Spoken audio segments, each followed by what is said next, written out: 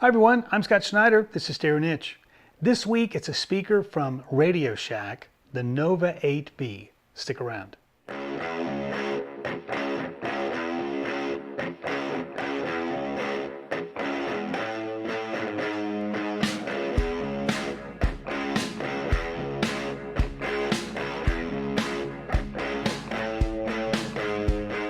All right, so let's talk about the Nova 8B. But before we do, let's talk about Radio Shack. So Radio Shack is unfortunately no longer around like it was in our youth, but for a very long time, Radio Shack was the electronics store that many of us frequented the most. They sold batteries and they sold other little gadgets, but you know, for many of us, it was the place to go and see some what we considered cool audio. Now, you know, I know that it paled in comparison to a separate audio store, dedicated audio that sold, you know, what we might say is audiophile gear. But for many of us, that was the only place that we got to see something of some fairly good audio quality. And, you know, maybe it wasn't set up in a listening room, but, you know, for many of us, that was the only place we got to see something that, you know, wasn't an AM radio that we had an earbud for. And if you had any decent sized town, you know, small town, you probably had a Radio Shack and you probably didn't have a separate audio store. So it was the place and the center for many of us to see, you know, something fairly decent as far as audio. And they did have, all the way from the 60s, you know, through the 80s, they did carry, you know, some pretty decent gear. They had the best receiver that I have owned from them was the STA2100D, which was pretty much one of their biggest receivers. Unfortunately, I had to sell it before I moved. I very much wish I still had that unit, but I had to sell it in prep for the move here, so I couldn't take it with me, if you will. But I can tell you it was a very, very well built receiver. Now, Radio Shack didn't manufacture. They outsourced, you know, their manufacturing. So oftentimes they would build a spec and then float that toward many different manufacturers, and then they would get bids on it and then outsource it to be built. So a lot of their gear was built by many different manufacturers. Who built the 2100D? I don't know, but I can tell you it was, you know, felt pretty stout to me and looked well built. So, you know, if anybody knows who built it, I'd kind of like to know that. So they, in addition to receivers and amps, they also had a pretty wide speaker line, and they had several different lines. They had the Nova series, of course. They have the Optimus series, and then they had the Mach series, which I think many people know. The Mach 1, Mach 2, Mach 3. I think most of us have probably heard some good rock and roll on a set of those at one point or another in our lives. So, you know, very popular. Lots of realistic Radio Shack gear, you know, is out there and it was sold over the years. So on the Nova series, a lot of folks like them. I think this is probably my third set. I've run across them quite a bit. What I found interesting, so these were made 76 to 78. This is the B. The regular 8 was around 72 to 75. What surprised me was that the honeycomb grill was still being made into the late 70s. I had always associated it with probably stopping around 72, so I didn't realize anyone was still manufacturing honeycomb grills into the late 70s. You've seen the style on Sansuis and Pioneers very often. One thing I'll tell you is that on the early Sansuis and Pioneers, they used screws to secure the grill. But they got into using Velcro later being, you know, late 60s into the early 70s.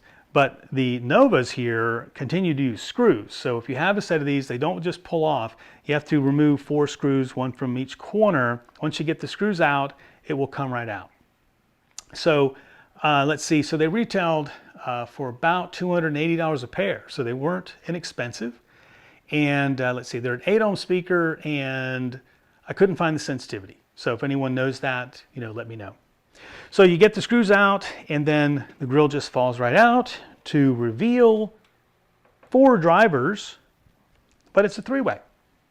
So what's kind of unique that I haven't seen much, I've only seen it on, I think, some Bose speakers, but The mids and the tweeter are the same drivers from what I can tell. So one's given tweeter duty, and then the other two are both functioning as mid-ranges.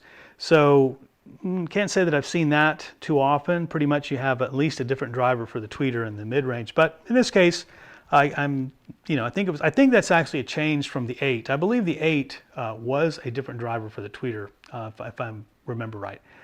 And then it has a 12-inch woofer that does have a rubber surround, doesn't have foam, so that's a good thing. It won't deteriorate. And then it does have a walnut wood veneer, and then some attenuation on the back. It does have some switches here for the mid-range and the tweeter to change their characteristics a little bit. So I think that's pretty much it. So let me give you some up-close shots, and then we'll come back and I'll tell you what I think about how they sound.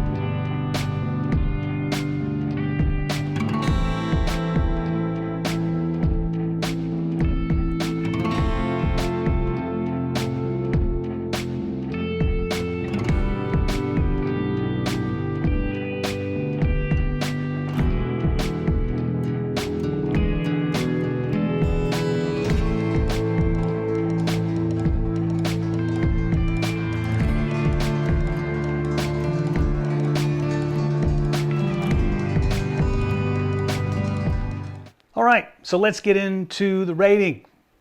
So as I mentioned, I've had several sets of these over the years, and you know, obviously this is the only set I own, so that means I've always passed them on. So to let you know up front, I have not recapped these. I have read lots of folks who have recapped them and then like them better. So I'll tell you up front, I do plan on doing a recap of these and then doing another review. So this is going to be a review as found or original, and then I'm going to come back and do another review after I recap them. Now that may not be for a little while, but I will be keeping these up front here near the in the to-do stack, and then get them recapped, and then come back and tell you, what sounded different, and do another review of them. So anyway, with that said, let's go to how do they sound now.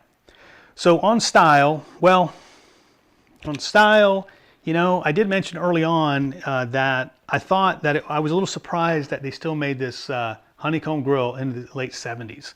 So I'm not a fan of this honeycomb grill. I think it severely dates them. So for that reason, you know, they got a pretty low score. I mean, there may be a handful of people that like this style, and you may want that aesthetic for a certain situation, like a basement, you know, a dingy basement maybe. But you know, from my perspective, this is not anywhere, you know, modern looking, and it doesn't didn't age well. And so for that reason, I ended up giving it a pretty low score of a 9. So although I just said bad things about them pretty much, I've seen some speakers I think were even more dated looking. So, you know, but I gave these a 9 right out of the gate. Now, the sound side of things, the imaging side. On imaging, you know, it was just all over the place. It's a wide image. However, everything's sort of just, you know, jumbled together. There was no distinguishable separation of instruments. The singer was not separate from the instrumentation. It were just sort of all out there, all over the place. So while it's a wide soundstage, it wasn't, to me, a very pleasant soundstage. So, you know, I ended up giving it an 11, and that was, I think, a little generous. I was going to give them a 10, but I ended up giving them an 11 just because it was a wider soundstage. I'm hoping that after the recap, that'll improve significantly on the instrumentation separation. So we'll see. We'll see how that goes. On the low side, you know, it's there, but it wasn't anywhere near outperforming the Advents. More subdued. It just doesn't. It's not in command, if you will. So you just didn't feel it. On the Advents are very respectable on the low end. They do a very good job there, and you know, these just aren't at that level. And you know, so for that reason, I ended up giving them a 12, just because they just couldn't keep up. You know, they just couldn't get there, get down there like the Advents can. On to the mids. You know, they were just okay. On mids, it's very important to have the singer's voice out in front and separate from the instrumentation, and it just didn't happen. And I guess, you know, it seems pretty obvious if the soundstage was all muddled together, the voicing was all muddled together right along with it. So there was no differentiation of that. So for that reason, it ended up, you know, getting a 14. It's there, but again, it's just not that separation.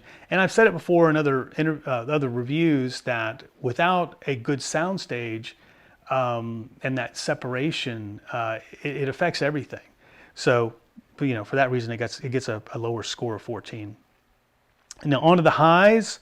You know, the highs were just not exciting. You know, they just weren't. I don't want to use the word crisp because crisp, you know, can sound negative, but they were just dull in a way. Wasn't, you know, when I was waiting for that, you know, that the cymbals, you know, to really resonate, and they don't. Now, if there's any area that's probably going to be improved, if it does get improvement from a recap, that should be one of them. So as they sit now, they got a 13 on the high end. So totaling everything up, which it didn't score in any category higher than the Advents, as they sit now, it gets a 59, whereas the Advent has a 72. So at the moment, these are the lowest scoring speaker that I've reviewed so far. Kind of excited to see, you know, hear what the differences are on a recap. I certainly hope there are some differences, but you know, as they sit currently, and all drivers are working, by the way. I did go through and just confirm everything was working. As they sit, all original, without any sort of, you know, updating. Just an okay speaker. You know, I think they're still a good value. You tend to find these, you know, anywhere from say $20 to $50 at a garage sale, and you know, fairly decent shape. And I still think they're a good value for that. A set of equivalent Advents, for example, probably going to be more in the $200 to $250 range. You know, so dollar for dollar, you know, still a good value, I think, for what you get. So that's it. Hope you enjoyed that, got something out of it. Wait for Nova B round 2 or review 2 for the review after they get some new caps, and we'll see how it goes from there. But anyway, that's it. Hope you enjoyed that. Want to keep up, hit subscribe, and thank you guys for tuning in.